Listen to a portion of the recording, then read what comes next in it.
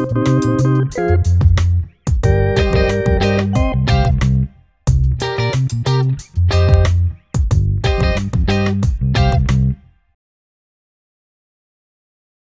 everybody, I'm Asante, And I'm Abby.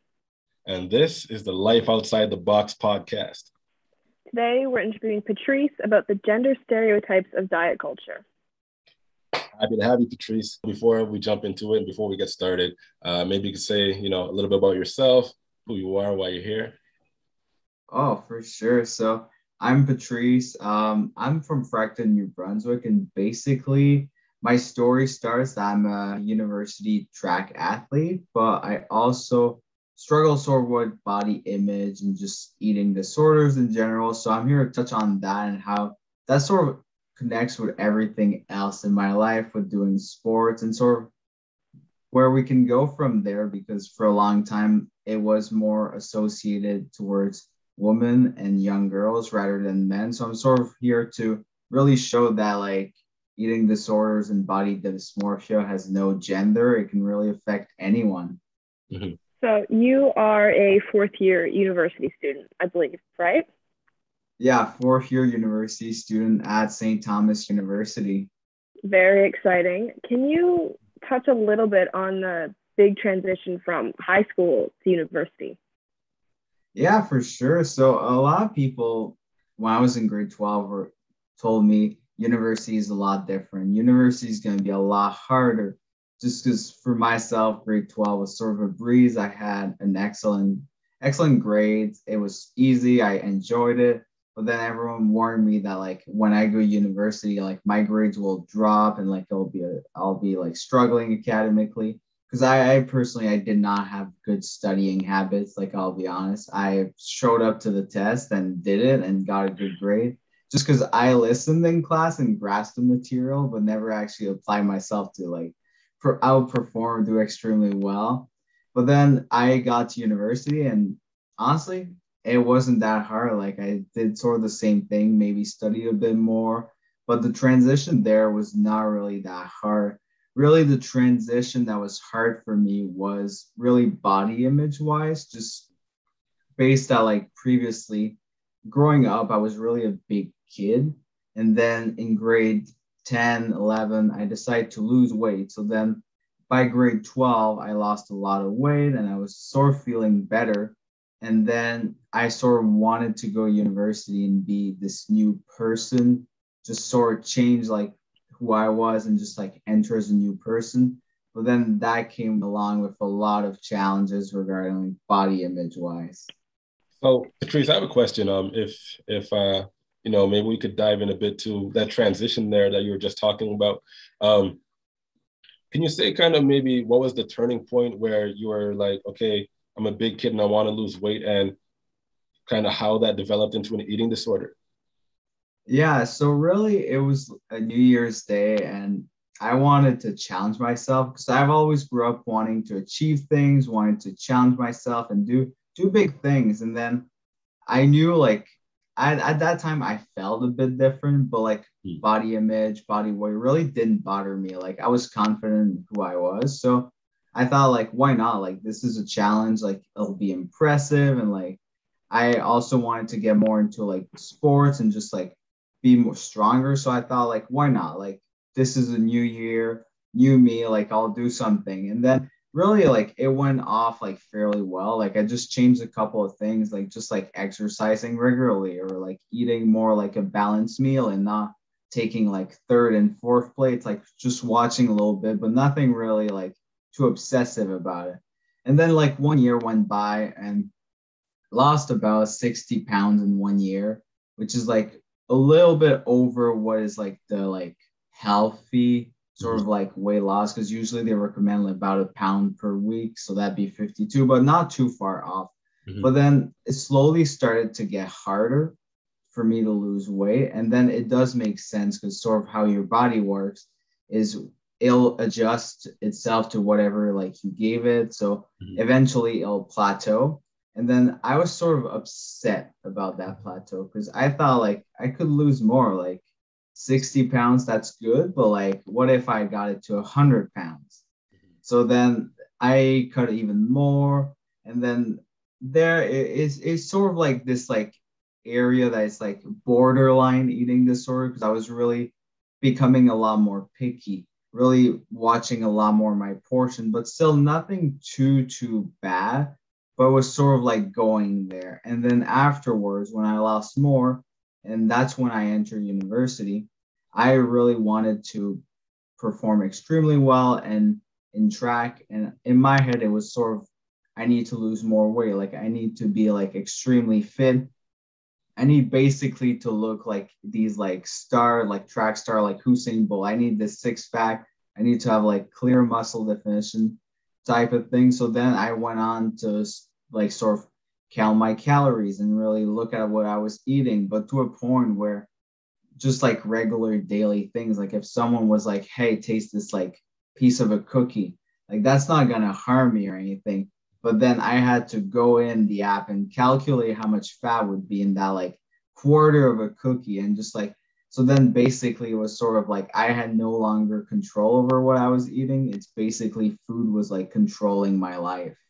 Did you ever feel like, along with the pressure that you put on yourself to, be the best athlete and, uplift your New Year's resolution, that added pressure mixed with, the MyFitnessPal and all those health apps, did you feel like that combination just really sent you over the edge? Oh yeah, definitely. I mean, part of my like just like general personality, I am very like I need to achieve things. Like I'll put a lot of pressure on myself, and probably sometimes a little bit too much. And then these like tools like MyFitnessPal or like the food labels, like they were all tools there, and sort of like they have a purpose and they can be used in a healthy way, just to like sort of like see and have an idea as to what you're eating. But I sort of used it another way, just to really be there and be like, okay, well, I can gain full control. I can control everything, calculate. And then it went just to a point where it was like too much for me. Like even like it was like, to achieve my goal, I had to do so many things and control so many different rules, be in so many type of, and like always monitor everything. And just at one point, it sort of became too much to be in control of everything. It sounds like control is a big piece of the puzzle here. Can you maybe elaborate on, you know, like why control? Why is that such a important piece of this puzzle? Well, I'm someone that likes to have control in my life. Like I personally like I like when things go sort of my way. Like whenever like I'm planning things with friends, I like to be the one sort of in charge of the planning, just because I know what's going on. So like control was always sort of like part of my life and always part of like who I was. But then with food, it just became sort of the thing where to feel joy and to feel like I accomplished something, I had to just be in control of it. Like for me, like if people were telling me, like giving me like a cupcake, saying no to that cupcake, in my head meant I was stronger mentally. I was like better than them, sort of thing. So like this control of of always being able to uplift myself and just sort of be like, I am good. I am extremely good because I can not eat sugar for a day type of thing. It was just sort of this idea that like control was giving me like sort of a feeling that I was this great person, even though it wasn't really doing that in the end. Yeah, no, I've heard that control is a big piece in disordered eating, and it's almost like a form of self-punishment. And then mixed in with the, pressure to be a star athlete, and sports are obviously very competitive.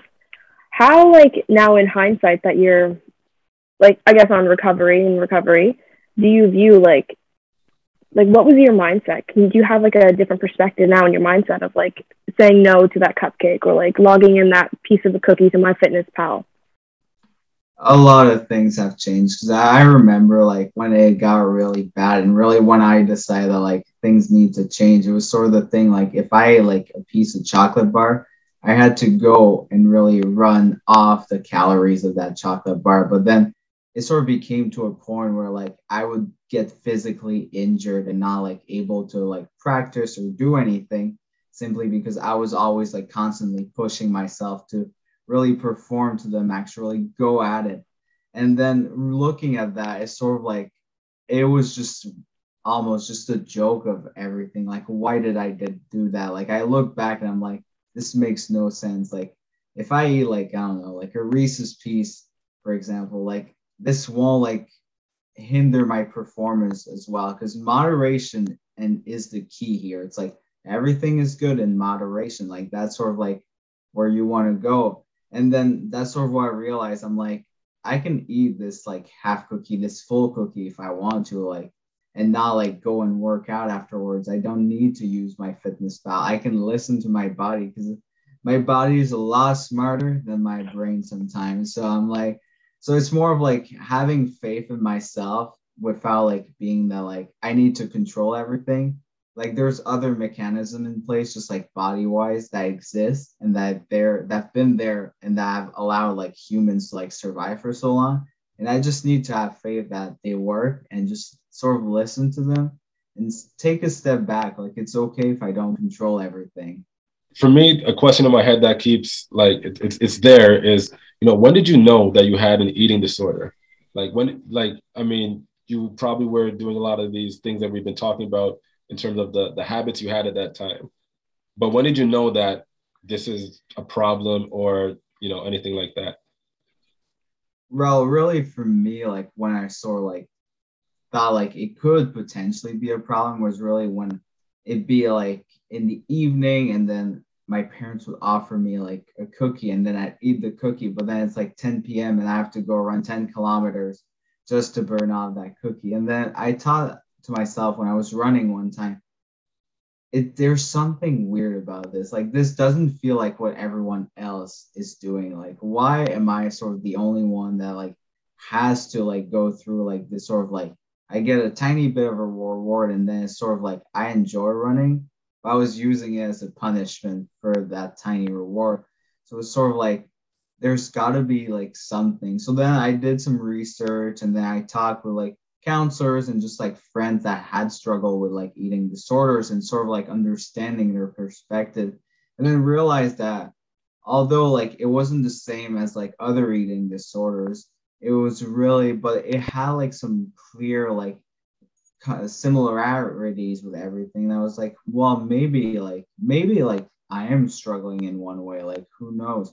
So then it was really a lot more of like sort of understanding what I was doing and seeing it, how it all fits in. And then that's sort of how I came to a realization that I was like, well, I'm actually struggling with an eating disorder.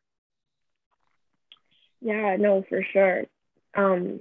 It takes almost just like a punch in the face sometimes just to realize that, this is a problem. This isn't normal.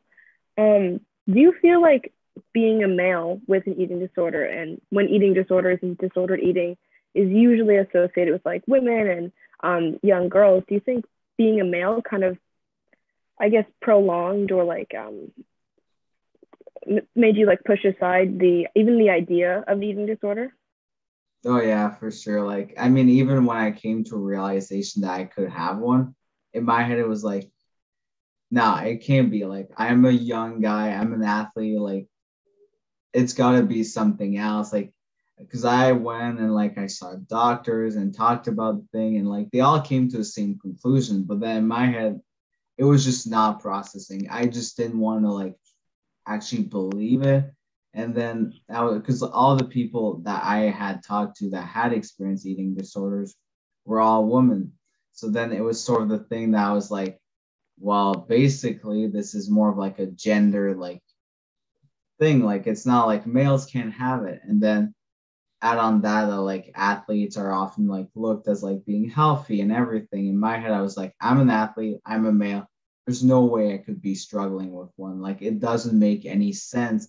And then from there, sort of a build up that like even when I talk to other people, like my friends, I was like sort of like being like, hey, you think I could have that maybe? Like just trying to see like if it was just me. But some of my friends were simply like, you're like the person that eats the most healthy around us. Like you definitely don't have one. Like, so I was still eating good portions. And for them, an eating disorder was basically you don't eat. But then that wasn't the case for me. For me, it was really an obsession over like eating healthy and pushing it to an extreme where like I could not have anything that was processed or that I did not like make myself.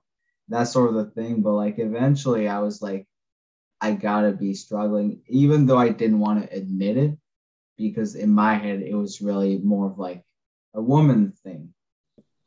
This theme of achievement keeps coming up for me as you're speaking, um, and that, you know, in a way, the control you had over, you know, your eating and your body and all of this was, you know, maybe a sense of power and achievement for you. Um, what was it like, and how did you realize that that idea wasn't, you know, something helpful for you, that maybe that was an issue?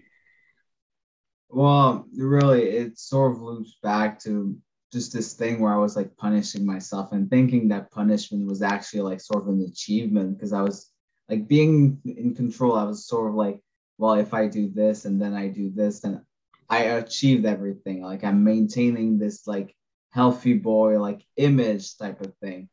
But then I came to a realization that was like, is it really an achievement if I'm like sort of like almost like hating everything in my life? If I'm bringing myself down to this point, am I really achieving something or am I simply destroying myself?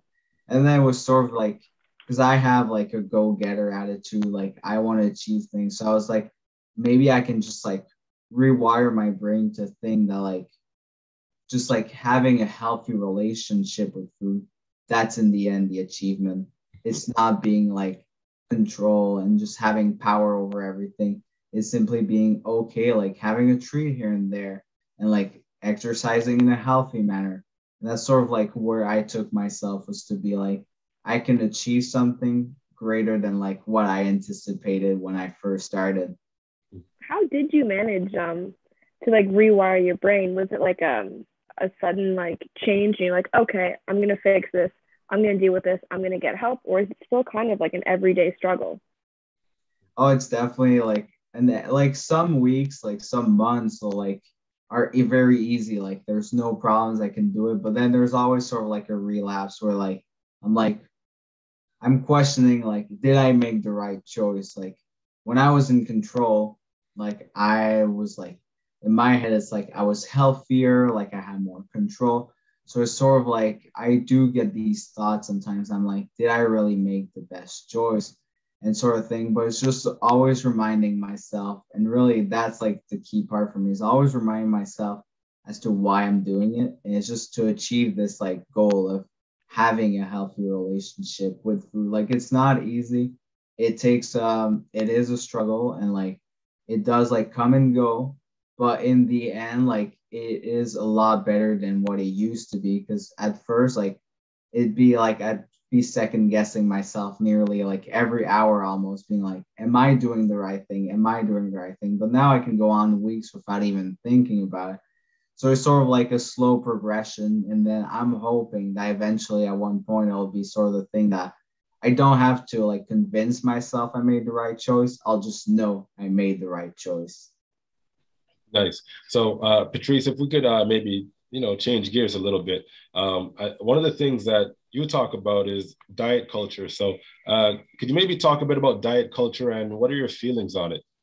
I'm not a big fan of diet culture. I mean, I'll be quite honest about it. So really on social media, that was sort of the thing of one thing that like inspired me in losing weight, was just sort of like I saw these posts or all these things about like, well, if you cut down 300 calories per day, then you like do it 7 days, then you're down that many calories. And then it sort of like outlined everything in like mathematical terms. And I was like, this is simple. Like it's a clear explanation on how to lose weight and be healthy.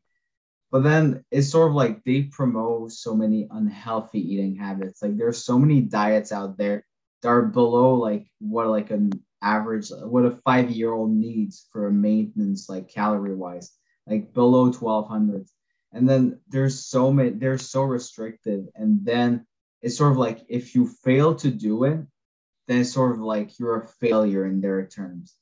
And it's sort of like this idea of like diet and constantly like basically it's like you got diet to be healthy, and they're just promoting this idea that like you can't just like eat and enjoy what you eat and just sort of like live your life. Like you've got to live by like a set of rules, and this set of rules is like there's so many out there. So how can you actually even like follow all of them? Because that's sort of the thing. It's you see it and then you're like, well, I want to follow this thing, that thing, that thing. And then you have 20 different rules, and then it just sort of builds up and builds up. And then like recently with TikTok, that's a big one. Like you scroll, and for myself, like I click not interested every time I see it.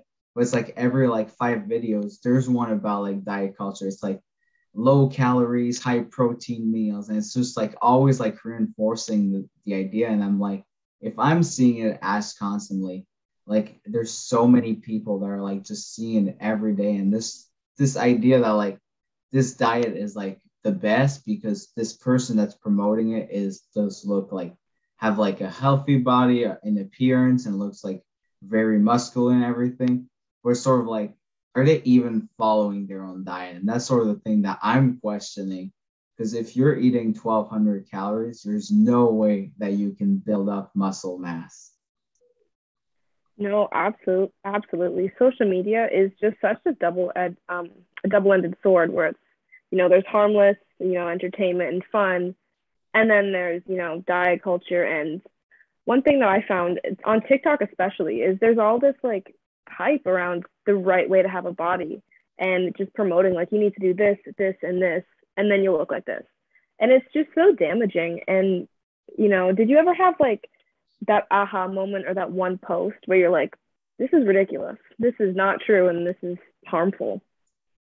Oh, I've had a couple of those because like at first, like I'd be like, this is like it's like an easy recipe, but like ultimately I realized that like it sets unrealistic expectation. But really the one that for me, like I was like, this makes absolutely no sense. Was sort of when I realized that they were like talking about like these fat burner like foods. And basically like you drink like lemon water and then it'll burn your fat off and that's all you need to drink. And I was like, this sounds suspicious. I mean, I have a basic understanding of nutrition and everything, but from my understanding, drinking lemon water will not like do anything to your body other than like hydrate yourself and maybe give you some vitamin. So I was really sort of doubtful about that. But then it sort of built on because I checked that profile and I was like, okay, well, what else do they have to offer? Like, what else are they saying?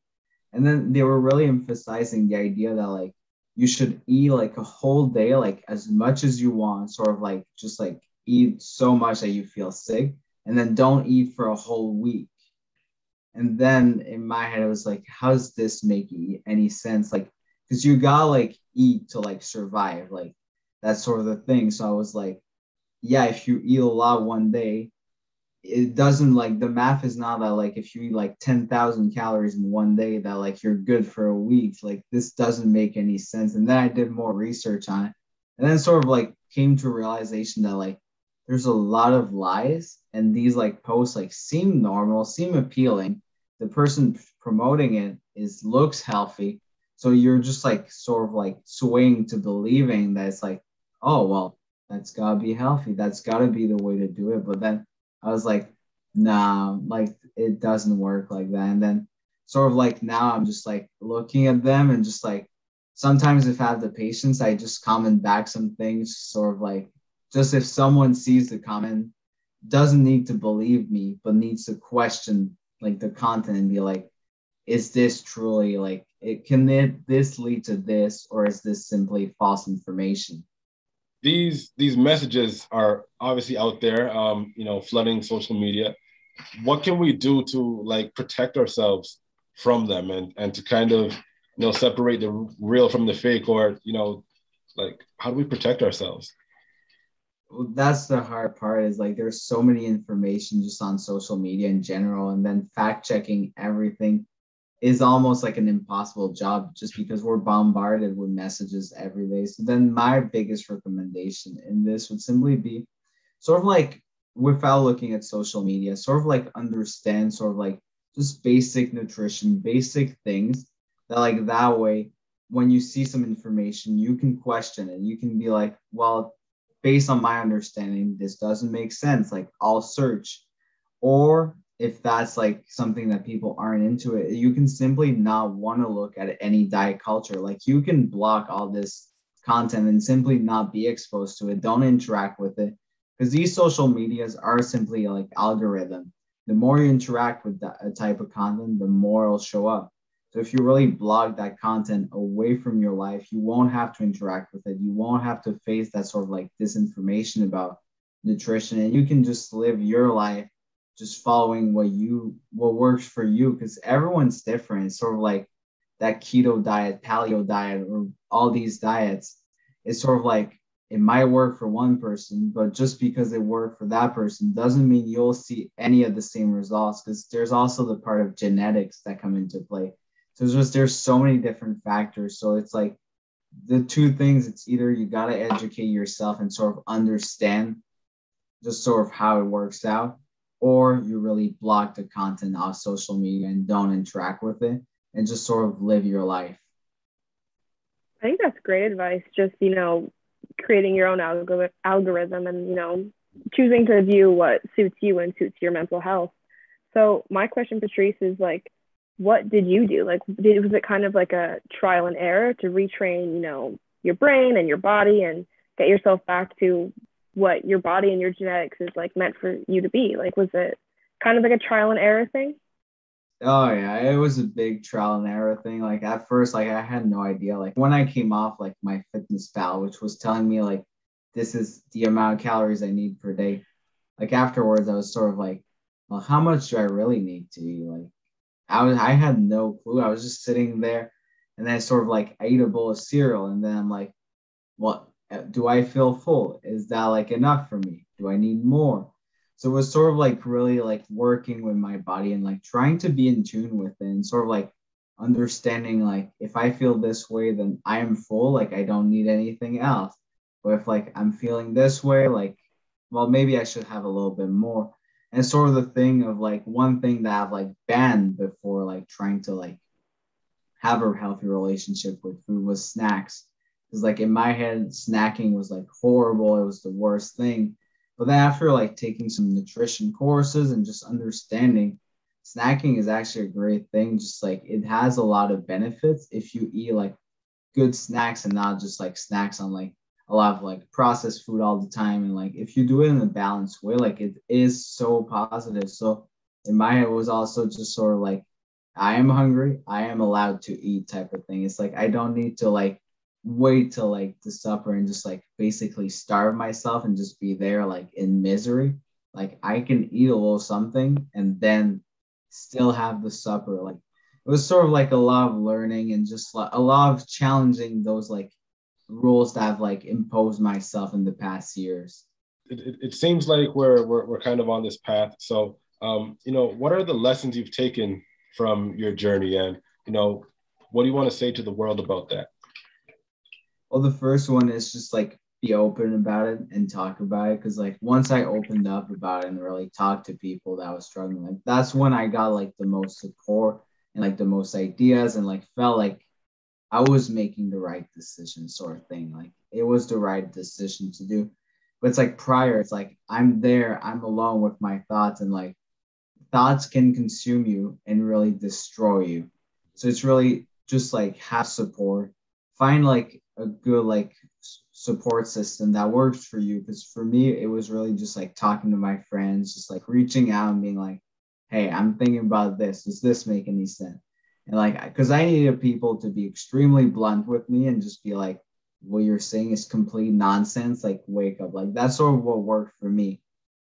But then it was also that like those like food rules aren't a thing. Like, those should not be a thing. It's sort of like I should not have to like count everything to the grams and be like, I need X amount of this per day and this per day. And then this processed food is like completely banned. Because then eventually all this like banning food and like restricting and basically eating the same thing like every meal simply led me to like craving everything that was banning, and then just like sort of like being like miserable day after day, and sort of that thing. And then finally is simply that like if you want to achieve something, look at the like effects it has on you. Because really for me, I was like, I'm achieving something, but it was sort of destroying me. And then an achievement that destroys you is not really an achievement. So then it was sort of like realizing what an achievement truly is, because nowadays we see achievement or like things for like anything really. So just like understanding what makes one, and then even if like you think like restricting yourself or like really like following like strict diets is like the way to go, like there's other ways, and like it's just sort of like you just need to like get out of that mindset and just realize that the best way to like live a happy healthy life is just to have like a positive relationship with food where you have a little bit of everything in moderation. That is so important, just moderation and listening to your body. And, health looks different on everyone. And one thing that I've been wondering this whole time is, because you're such like a go-getter personality and, you strive for achievement and an athlete, did you find that it was like almost harder for you to kind of step away and just be like, okay, I need to go figure out what's happening? Or was it just like, in order to achieve more, like in your like sports world, it was just a necessity to step aside?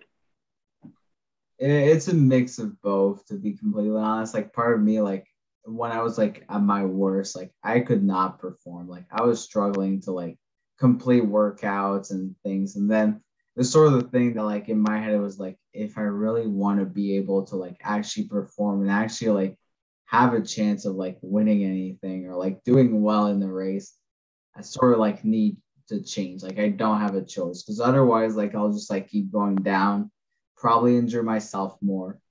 But then it was also sort of the idea that I was like, I came I came from like so far and brought myself to this point. And I'm like, this is a huge thing. Like it's a huge achievement.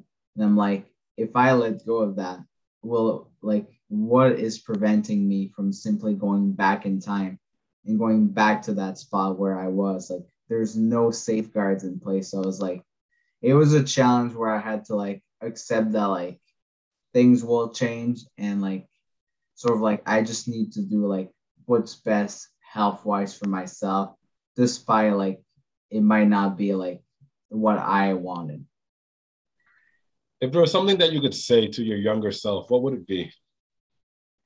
Oh, I mean, that's a tough one. I'd probably be like, just stay as confident as you are, and like body image, body weight, how you look is really it's not important. Like it won't like change your life in a way that like you thought it would, sort of thing. It's sort of like just do what makes you happy, and just keep a healthy relationship with food, and just enjoy things in moderation. And hopefully you still do well in school and keep it up. Absolutely, Awesome. definitely. And just kind of touching on that a little bit, do you have any coping skills or like coping mechanisms that you'd want to share with anyone who may be struggling? Yeah, so like before, like in this whole journey, like for a long time, my only coping mechanism was sports. So then if I was struggling, if anything happened, it was sort of like I went on a run.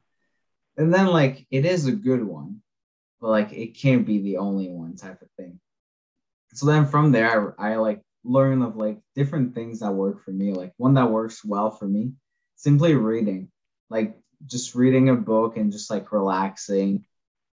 That's something that I didn't allow myself to do. But then afterwards, I realized that it does have like a powerful impact, and just like sort of like connecting myself back to my body and simply being like, everything that's happening is like outside of this sort of like relaxing bubble.